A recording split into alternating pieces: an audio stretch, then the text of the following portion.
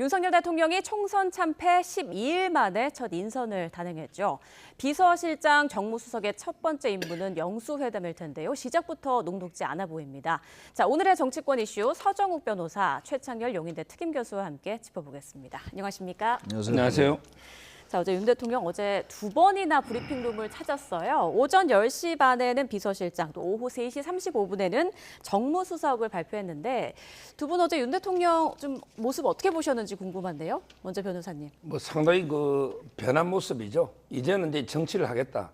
이 말은 이제 소통을 하겠다. 이런 뜻이거든요. 두 번이나 이제 브리핑룸에 내려와서 직접 설명하고 그리고 이제 기자들에게 질문이 있느냐. 이래서 이제 질문도 받았잖아요. 예. 저는 상당히 긍정적으로 변했고, 그다음에 인선도 특히 정진석 비서실장 이분은 이제 상당히 원만한 인품에 야당과 이제 협치라든지 소통에도 능한 이런 이제 5선 중진 의원입니다. 예. 저는 상당히 적임자를 임명했다. 이렇게 긍정적으로 평가합니다. 네, 인선과 형식에 대해서 다 호평을 해주셨는데 최 교수님은 어떻게 보세요? 일단 대통령의 변화 모습을 확인할 수 있죠. 스스로가 윤석열 대통령 스스로가 지금 말씀처럼 이제 정치하는 대통령이 되겠다. 근데 제가 이 말씀을 드리면서 여태까지 정치를 안 하셨다는 얘기인가? 이런 생각이 들긴 했어요. 네. 그만큼 이제 소통에 이제 문제가 있었다라고 스스로 이제 대통령께서 인정을 한 거라고 해석을 해야 되겠죠. 그러면서 이제 변하는 모습을 보이겠다는 거니까. 저 이제 어제 비서실장하고 정무수석을 발표하면서 직접 이제 설명을 하고 질문도 받고 이랬잖아요. 네. 그러니까 그러한 식의 이제 태도의 변화는 분명히 보이는 거죠. 그러니까 일단은 상당한 이 선거 결과 워낙 여당이 참패를 했기 때문에 여당이 이렇게 참패한 적이 2000년도밖에 없어요. 김대중 정부 때. 그 당시 새천년 민주당이 한나라당에 진 게 그때 한나라당이 133석을 얻었고 새천년 민주당이 16대 총선 얘기입니다. 2000년도 115석을 얻었거든요. 그때도 이 정도로 지지 않았다고요. 어쨌든 그런 심각한 상황이라서 아마 대통령께서 인식을 하고 어제 인선 결과를 발표했다고 봅니다. 네.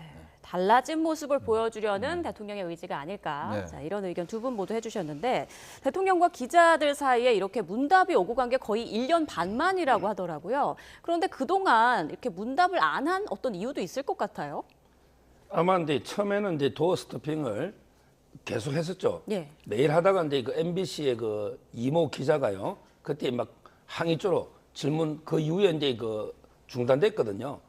아마 저는 앞으로 더 큰 변화가 있을 걸로 봅니다. 예. 이번에 한 번의 일회성이 아니고 앞으로 이제 매일은 못 하더라도 일주일에 한두 번이라도 필요하면 이제 도어 스토핑도 할 수 있고요. 예. 그리고 이제 기자회견도 좀 수시로 특히 5월 9일 되면 이제 취임 또 2주년 되잖아요. 네. 이때도 이제 기자회견도 하시고 기자회견의 형식도 다양하게 질문도 여러 기자들과 질문 일문일답도 좋고 아니면 이제 전에 했던 KBS 기자처럼 단독도 좋고 형식 불문하고 아니면 이제 김치찌개에 소주 한 잔 이것도 좋고 다양한 형식으로 예. 좀 이게 자주 소통하시라 이렇게 저는 권유드립니다. 네, 그런 말이 나온 김에 도어 스태핑을 다시 되살리는 그런 방안에 대해서 어떻게 생각하세요, 최 교수님?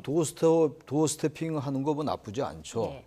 근데 도어 스태핑을 하느냐 안 하느냐보다도 말이죠. 지금 우리 소 변호사님 말씀처럼 이 소통의 면을 넓혀야 돼요. 그리고 저는 기자 언론들하고 대화하는 건 물론 중요한 것이고 언론과의 대화라는 게 사실 국민과의 대화거든요. 그건 중요하고 야당 의원들과 좀 소통하는 방식을 많이 늘렸으면 좋겠어요. 그 이제 영수회담이 곧 열리겠습니다만 야당 대표와의 전화 통화라든지 만나면 물론 좋은 겁니다만 야당 의원에게도 전화 자주 걸고 예.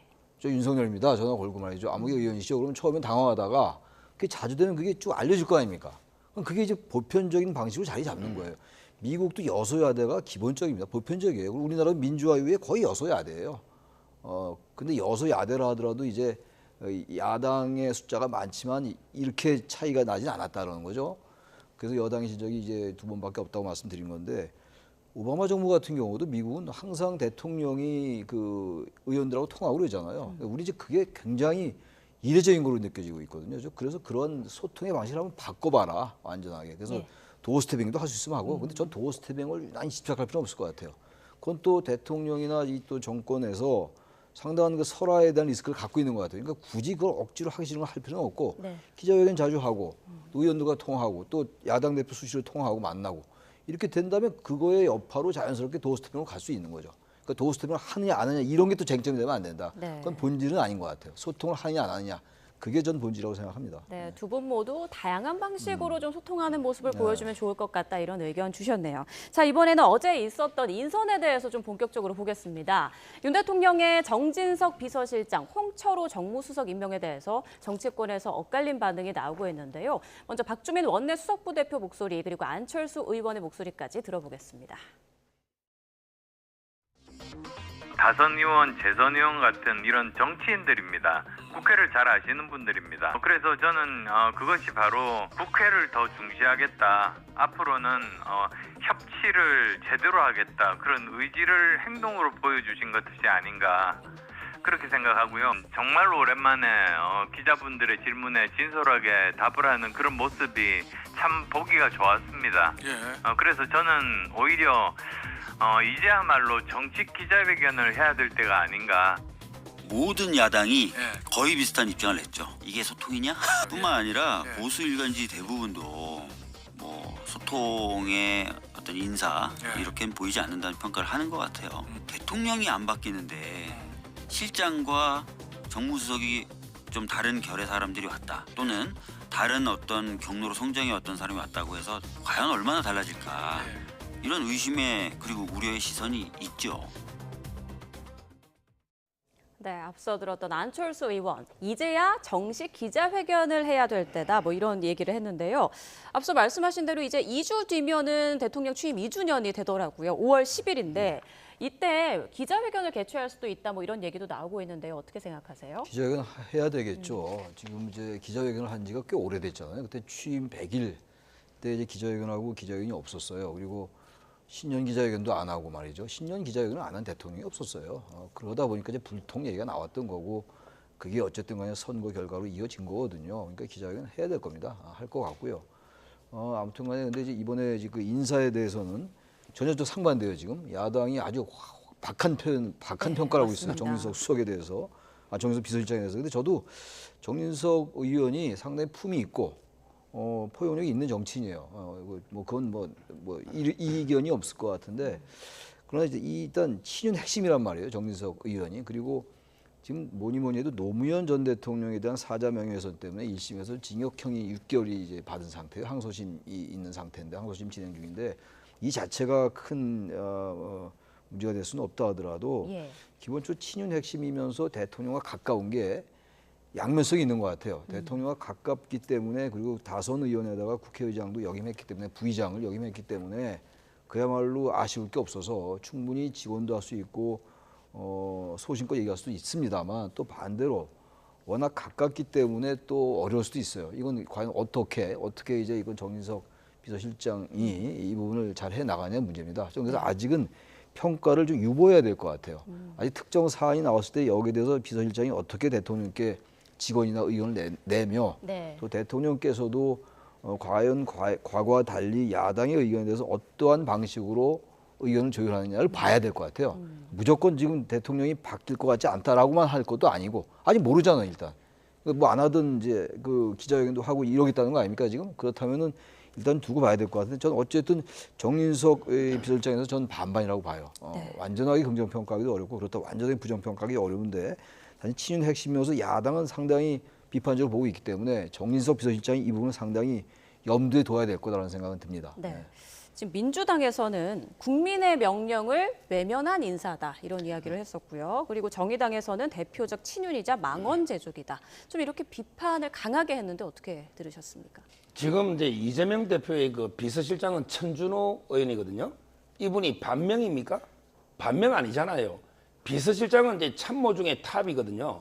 좀 편한 사람, 그리고 이제 충성심이 있는 사람이 필요하지. 무조건 이제 반대 있는 분, 그럼 유승민 의원 같은 분을 그 비서실장 써야 됩니까?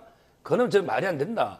이렇게 보이고, 그리고 이제 그 신뢰관계가 있어야만 직언할 수가 있는 거예요. 우리가 인간관계에서도 서로 믿음이 있고 신뢰가 있을 때 직언도 할 수 있잖아요. 그냥 계속 쓴소리만 한다 해서 직언하는 게 아니다. 저는 그 점에서 상당히 그 좋은 인사고요. 그리고 이제 사법 리스크 이야기 하는데, 사자 명예훼손으로 이제 실형 논예가 없어요. 이때 이 박모 판사 있잖아요. 형사재판 배제된 걸로 제가 기사를 봤거든요.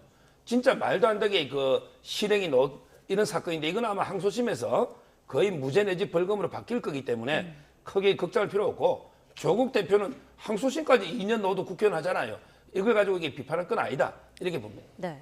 앞서 비서실장에 뭐 정진석, 장제원 의원, 원희룡 전 장관 등이 하마평에 올랐었잖아요. 그런데 왜 하필이면 정진석 비서실장으로 최종 결론 났다고 보십니까? 그래서 제가 뭐 그거를 뭐 알 수는 없는데 제 이제 유추는 일단 원희룡 전 장관은 이재명 대표와 이번 총선에서 대결했던 인물이란 말이에요. 그건 부담이 될 수 있어요. 대통령에게도.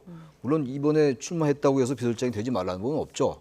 근데 상대가 이재명 대표였는데 그리고 이재명 대표를 아주 혹독하게 공격한 거 아닙니까? 단순하게 출마를 해서 겨뤘다는 것 이외에 말이죠. 뭐 이재명 잡으러 간다 뭐 이런 표현까지 썼던 분인데 그런 사람을 만약에 쓰게 된다면 야당이 좋아할 리가 있겠어요? 비서실장에 대한 인사권은 물론 대통령의 권한이긴 합니다만 야당과의 협치에 그게 넓은 의미로 다 포함되는 거거든요. 그래서 아마 원희룡 전 장관은 배제됐을 가능성이 있어 보이고 장제원 의원도 윤핵 간의 그 성격이 너무 강하게 드러나잖아요. 이렇게. 그래서 저는 너무 강한 느낌이 들기 때문에 아마 그래서 정진석 의원을 선택한 것이 아닌가. 그리고 대통령께서도 상당히 편한 관계고 또 친구 관계라는 거 아닙니까? 그리고 대통령께 이 정치권 입문을 권유했다고 이제 정진석 실장 본인이 얘기를 했단 말이에요. 그래서 일단 아까 우리 그 서정훈 변호사님 말씀 일리가 있어요. 그거는 편한 관계고 신뢰가 가는 사람이 있는 게 맞아요. 근데 문제 이제 그 편하고 있는 신뢰를 가지고 고언을 할 수 있어야 되는데 그렇지 않고 대통령에게 듣기 좋은 얘기만 하면 그건 의미가 없어지는 거예요. 제가 그래서 아까 양면성이 있다고 그랬는데 그렇죠. 그래서 한번 지켜보자는 얘기예요. 앞으로 이제 예단하지 쓴소리를 말고. 할 수 있을까? 그거 지켜보자는 얘기입니다. 일단. 그런데 사실 대통령 비서실장이 이제 야당과 협치에도 어느 정도 역할을 해줘야 하는데 야당에서 지금 비판이 굉장히 거세잖아요. 오늘 YTN과의 통화에서 이제 당 관계자가 한 말을 보니까 왼손으로 악수하고 오른손으로 뺨을 때린 격이다 이런 얘기까지 했더라고요. 앞으로 좀 어떻게 진행될 거로 보세요? 근데 너무 야박한 평가를 하는 것 같아요. 지금 이제 비서실장은 기본적으로 이제 그 대통령실에 총괄하면서 뭐 이제 인사 문제라든지 이런 데 그 위원장이거든요. 근데 아마 야당과 직접 협치를 하는 이런 자리는 아니에요. 오히려 이제 총리면 총리는 이제 협치가 필요하죠. 그 정무수석도 그렇고요. 따라서 이제 그 너무 야당에서 자꾸 이제 공격적으로 친윤이다 이것만 가지고 그 비판할 수는 없다. 저는 그렇게 봅니다. 네. 자, 알겠습니다. 정무수석이 또 교체되면서 어제 오후에 예정됐었던 영수회담 전에 사전 실무 회동은 이제 연기가 됐는데요. 자, 오늘 다시 열릴 건지 이게 주목이 되고 있습니다. 이런 가운데 의제 조율부터 양측의 팽팽한 기싸움이 벌어지고 있는데 관련 내용 여야 원내대표 발언으로 들어보겠습니다. 대통령과 민주당 대표의 영수회담을 환영하지만 민주당이 주장하는 전 국민 25만 원 지원금에 대해서만큼은 일제히 우려를 표하고 있습니다. 우리 국민의힘은 국민들께서 더 생산적인 의제에 대한 합의를 원하고 있다고 생각합니다. 예를 들어 소상공인과 자영업자 지원, 장바구니 물가 대책 등 시급하면서도 국민의 피부에 와닿는 현안에 집중한다면 첫 영수회담의 의미가 더욱 살아나게 될 것입니다. 윤석열 대통령이 민심을 받드는 가장 책임 있는 자세는 총리나 비서실장을 바꾸는 게 아니라 오만과 독선으로 국정을 운영해온 자신이 바뀌어야 됩니다. 자신이 안 바뀌고 옆에 있는 참모나 그 관료들을 바꿔가지고 무슨 변화가 있겠습니까? 윤석열 대통령이 최상병 특검법을 지체 없이 받아들이는 것이 변화의 시작입니다. 만약에 대통령과 여당이 최상병 특검법의 국회 통과에 협조하지 않는다면 이번 총선의 민의를 정면으로 거스르는 거고 나아가서 더 큰 국민적 심판에 직면하게 될 겁니다. 민주당은 어제 준비회동을 미숙하게 처리한 데 대해서 유감을 표했고요. 신임 홍철호 정무수석은 오늘 천준호 민주당 대표 비서실장을 만나서 의제 조율에 나서겠다고 밝혔습니다. 자, 일단 관련해서 아직 들어온 내용은 없는데요. 오늘 만나긴 하겠죠, 변호사님. 그렇죠. 원래는 이제 어제 만나기로 했는데 그 한호섭 정무수석이 바뀌니까 뭐 반나절 정도 되는 연기된 거 아닌가 이렇게 보이고요.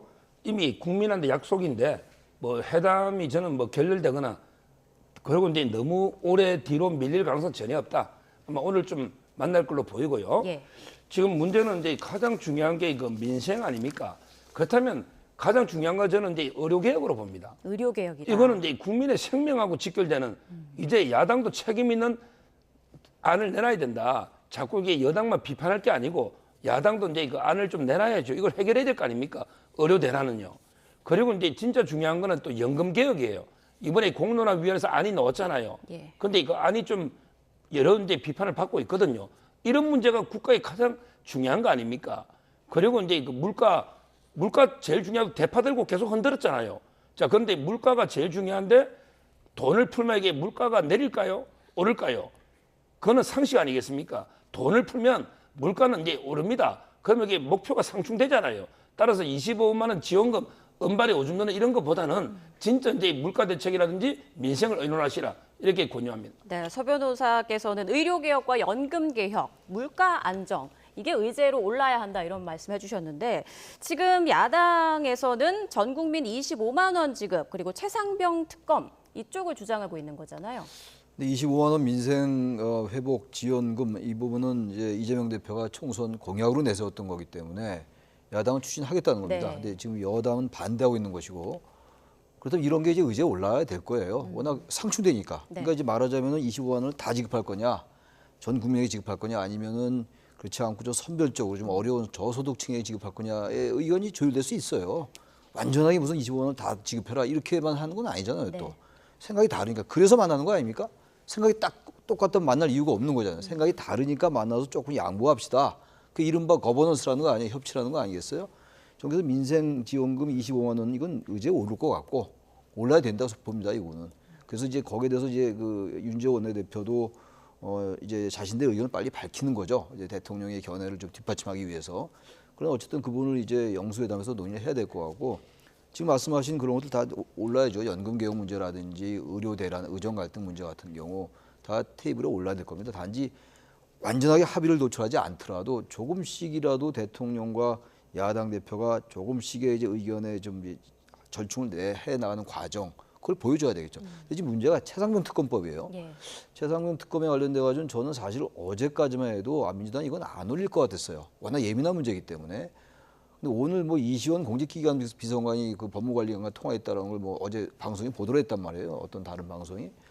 그러면서 이제 공세가 심해졌어요. 그러면서 최상병 특검에 대해서 의제에 올라야 된다는 게 민주당의 주장입니다. 지금. 네. 이건 제가 볼 때 올라갈 것 같아요. 근데 물론 이제 홍철호 정무수석과 천준호 비서실장이 어떤 의제를 조율할지 모르겠어요. 그러나 이게 어떤 의제가 올라갈 것도 양쪽이 조금씩 양보해야 돼요. 여당이 주장하는 건 다 올라갈 수도 없는 것이고 야당이 주장하는 건 다 올라가는 이건 이미 협치가 아닌 겁니다. 그런 것들을 해소하고 협파하기 위해서 만나는 거기 때문에 네. 의제 자체도 양보를 해라. 그런 다음에 조금씩 이제 합의해 나가는 모습을 보이면 돼요. 김대중 대통령, 전 대통령과 이회창 그 당시 총재가 첫 번 만나고 8번을 만났어요. 이제 처음 만나는 거 아닙니까? 그러니까 앞으로 계속 만나가고 아까도 모두의 말씀 나눴습니다만 이 접촉의 면을 넓혀가고 이러면 조금씩 절충이 될 거예요. 그래서 뭔가 이제 적대와 증오의 관계를 좀 줄여나가야죠. 무조건 25만 원 안 된다. 된다. 전 국민에게 해라. 아니다. 이걸로만 매너 싸우면요. 아무런 소용이 없어요. 의견이 다르니까 의석이 많다 하더라도 조금 조율하는 것. 그래서 뭔가 합의점을 못 도출해 나가는 게 합의제 정치거든요. 그 점에서 저는 영수회담이 있는 거기 때문에 그 점도 좀 가능하면 합의해 나갈 것 같습니다. 네, 예. 윤 대통령과 이재명 대표가 아무래도 처음 만나는 자리인 만큼 그 분위기가 어떨지도 참 궁금한데요. 윤 대통령은 일단 이재명 대표의 말을 듣기 위한 자리다라는 말을 했거든요. 분위기 좀 어떻게 예상하세요? 아마 이제 그 이재명 대표가 많은 뭐 말씀하시지 않을까. 왜냐하면 윤 대통령은 이제 듣기 위해서 아까 그렇게 본인이 말씀하셨고요. 예. 그런데 그 의제가 또 너무 많다 보면 어느 하나도 이게 처리되기가 좀 어려운 것도 있어요.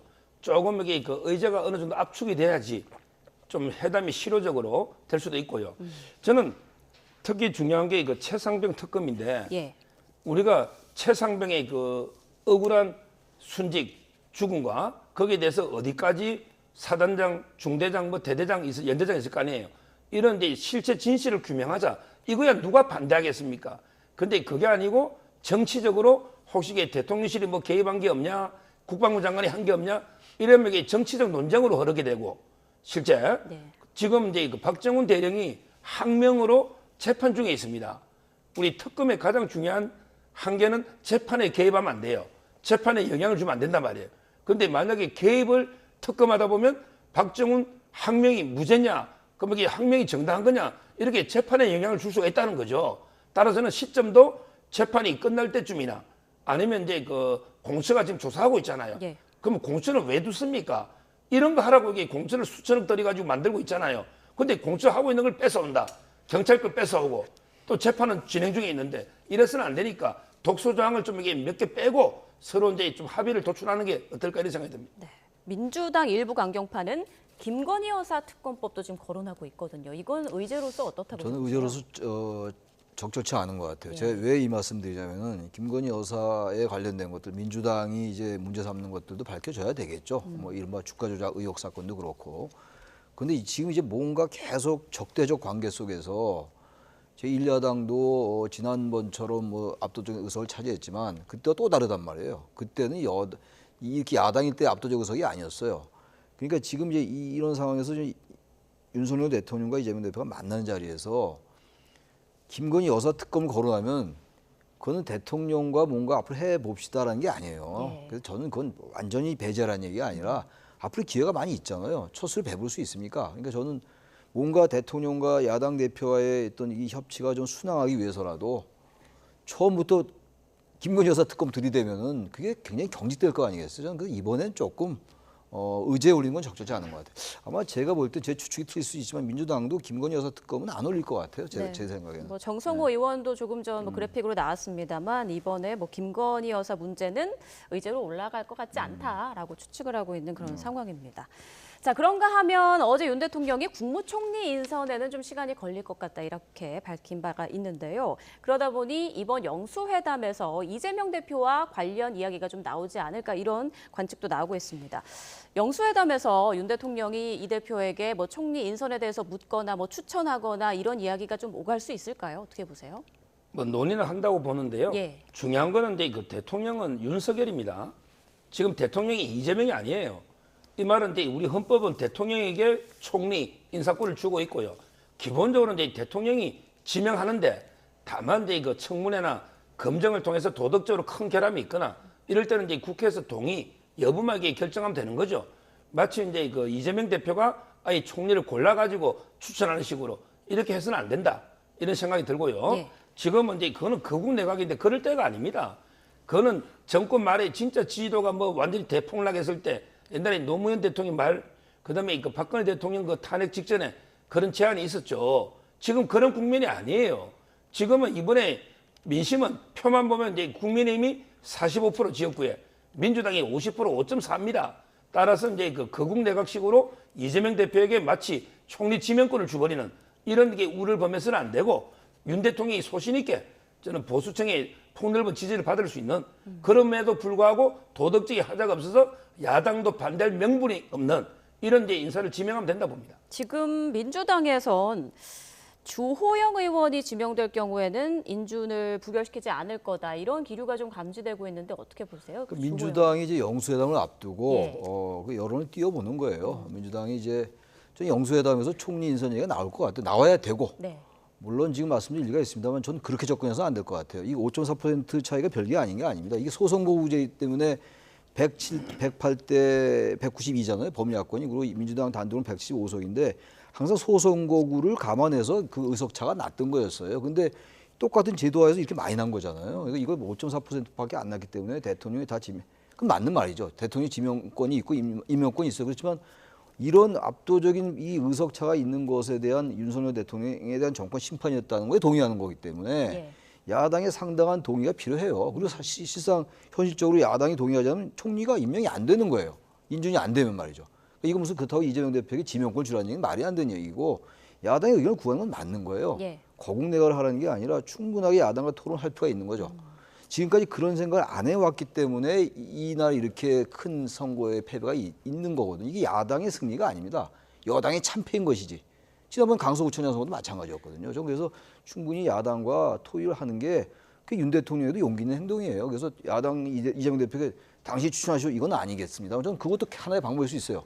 그 추천하고 있는 거예요. 지금 야당이 지금 주호영 의원 괜찮습니다라고 얘기하고 있으니까 예. 전 그것도 여권에서 대통령께서도 충분히 고려할 필요 있다고 생각합니다. 네. 지금 정성호 의원 같은 경우에는 주호영 의원이 국무총리할 가능성이 있어 보인다. 굉장히 원만하고 유연하고 정치력도 있다. 이렇게 좀 호평을 했거든요. 총리로서는 어떻다고 보세요? 저는 뭐 그분을 개인적으로 잘 모릅니다. 예. 잘 모르는데 제가 쭉 들은 바도 그렇고 원만하고 여야가 그렇게 거부감을 안 느끼는 것 같아요. 여당은 물론입니다만 그래서 전 주호영 의원 정도가 얘기 나오고 이미 민주당에서는 찬성하나 마찬가지예요. 네. 지금 뭐 이 친명 실세들이 그 얘기를 하고 있는 상황이기 때문에 그렇다면 여당도 굳이 주호영 의원에 대해서 특별한 거부감이 없다면 대통령께서도 거부할 필요는 없을 것 같아요. 그러나 역시 지명권은 대통령이니까 네. 대통령의 의견도 충분히 참작돼야 되겠죠. 예. 서 변호사님은 어떻게 생각하세요? 주호영 총리 카드.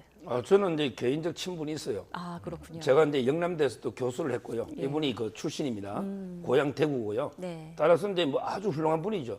불교계에서도 상당히 그 지지세가 많은 훌륭한 분이고요.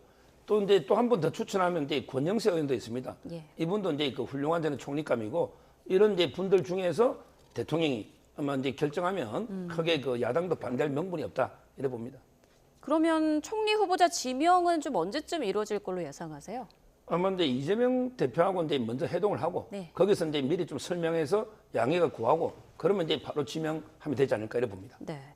자, 그리고 국민의힘은 오늘 오전에 국회에서 윤지혁 원내대표 주재로 4선 이상 중진 의원 간담회를 열었는데 이 자리에서 윤지혁 원내대표 겸 그 당대표 권한대행이 비대위원장을 고사했다고 하더라고요. 새로운 위원장을 뽑자. 여기에 대해서 어떻게 보세요? 아마 이제 본인이 이번에 총선에요 공동 선대위원장을 맡았어요. 원내대표를 하면서 예. 그러다 보니까 이제 본인도 총선 패배에 책임이 있다.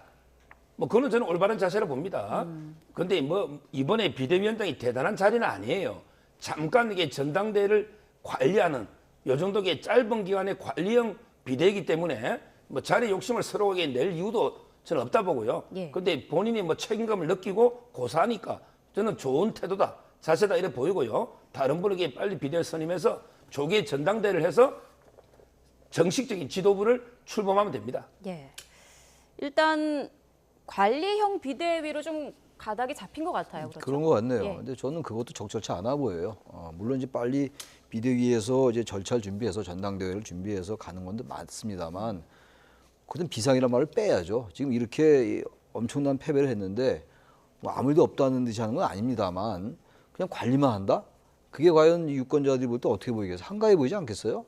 저는 그래서 관리형 비대위니까 뭐 일단 전당대회를 관리하는 그런 비대위라서 이제 관리형이라고 그러는 건데 그건 레토릭은 중요한 게 아니고 관리형이 됐건 뭐 실무형이 됐건 그런 건 중요한 게 아니라 실질적으로 관리를 하고 전당대회를 준비하는 가운데 왜 패배했는가에 대한 그런 반성 이런 게 배워 나와야 돼요. 아무리 전당대회만 준비하는 관리형이라 하더라도 너무 절차적인 측면만 치중한다면 그거는 전 이 총선 결과에 대해서 민심의 어떤 그 소재를 파악하지 않는 거라고 봐요. 그러니까 충분히 준비하되 반성하고 성찰한 모습을 보일 때 그때 이제 새로운 전당대회를 열더라도 그게 의미가 있지 않느냐고 생각을 합니다. 네, 어찌됐건 국민의힘 새로운 비대위원장이 또 누가 될지 관심이 쏠리고 있습니다. 자, 남은 시간 민주당 상황을 좀 보겠습니다. 22대 국회 개원을 앞두고 지금 국회의장과 원내대표직을 놓고 경쟁이 본격화하고 있습니다. 지금 후보자들마다 내가 찐명이다. 지금 이걸 내세우고 있다고요? 지금 이제 그 정성호 이분이 과연 이재명 대표의 그 양해하에 나왔는지 아니면 이제 독단적으로 나왔는지 이게 궁금해요. 만약에 이재명 대표가 정성호 친명 자장이거든요. 예. 내보냈다면 이제 그 승부가 되죠. 근데 그 양해 없이 놓을 수가 있고, 제 개인적으로는 이제 그 국회의원들이 투표를 하고, 그 다음에 과반이 없으면 아마 결선 투표를 하는 걸로 그렇게 돼 있잖아요. 예. 그렇다면 이제 그 조정식 의원이 되지 않을까. 일반 이제 그 개딸 포함해서 일반 당원들은 강성 당원들은 이제 추미애 의원을 지지하는 분이 좀 많은데 아무래도 이제 그 당 국회의원들만 본다면 조정식 이분이 사무총장도 하고 예. 상당히 공천에도 많이 관여했고 오랫동안 있었기 때문에 좀 유리하지 않을까 이렇게 개인적인 전망을 해봅니다. 네, 지금 조정식, 추미애, 정성호 이렇게 친명 3파전으로 이어지는 모습인데 최 교수님께서는 누구로 예상을 하십니까? 뭐 전 예상을 할 수 있는데 그게 의미가 있겠어요? 제가 예상하는 거 틀릴 수도 있고 만든 것도 맞을 수 있는. 전 조정식 의원이 유리할 것 같아요. 네. 제가 육선이고 추미애 의원도 뭐 친명이라고 합니다만 그 조정식 의원이나 정성호 의원만큼 하겠어요? 그 정도는 아닌 것 같아서 아무래도 이재명 대표의 의중이 많이 반영될 겁니다. 네. 이게 물론 이제 투표를 하는 거긴 합니다만 뭐 그래서 정성호 아니 그 누굽니까 그 조정식 의원이 유력해 보이긴 하는데 그것보다도 지금 이제 이 민주당이 완전 이재명의 민주당이 됐기 때문에 너무 한쪽으로 쏠리는 거에 대한 우려는 있어요. 이 권력은 쏠리면 좋지 않은 거거든요. 권력은 어쨌든 그 내부에서 건강한 견제가 필요합니다. 근데 너무 지금 물론 선거 직후이라서 그렇긴 하겠습니다만 너무 친명적으로 전부 친명, 그 이재명 대표의 의중이 반영되는 걸로 간다면 예. 그게 또 하나의 독선을 낳을 수가 있어요. 그건 뭐 제가 예단해서 하는 얘기일 수 있습니다만 그런 우려가 객관적으로 되기도 합니다. 솔직히 예. 말씀드려서. 예. 자, 오늘 그 정성호 의원이 라디오에서 여러 가지 이야기를 해서 좀 언급이 많이 되는데 정성호 의원이 국회의장이 기계적 중립 지켜서는 아무것도 못한다 이런 말을 했더라고요. 좀 어떻게 생각하세요? 이 발언에 대해서. 지금 이제 그 정성호만 이렇게 한 게 아니고 추미애 그다음에 그 조정식 후보도 지금은 이제 어떻게든 선명성 경쟁을 막 하고 있는데요. 예. 원래 국회의장은요 당적도 보유를 못하게 돼 있습니다. 이 말은 이제 공정하게 국회의 그 중립을 지켜라 이런 취지 아닙니까?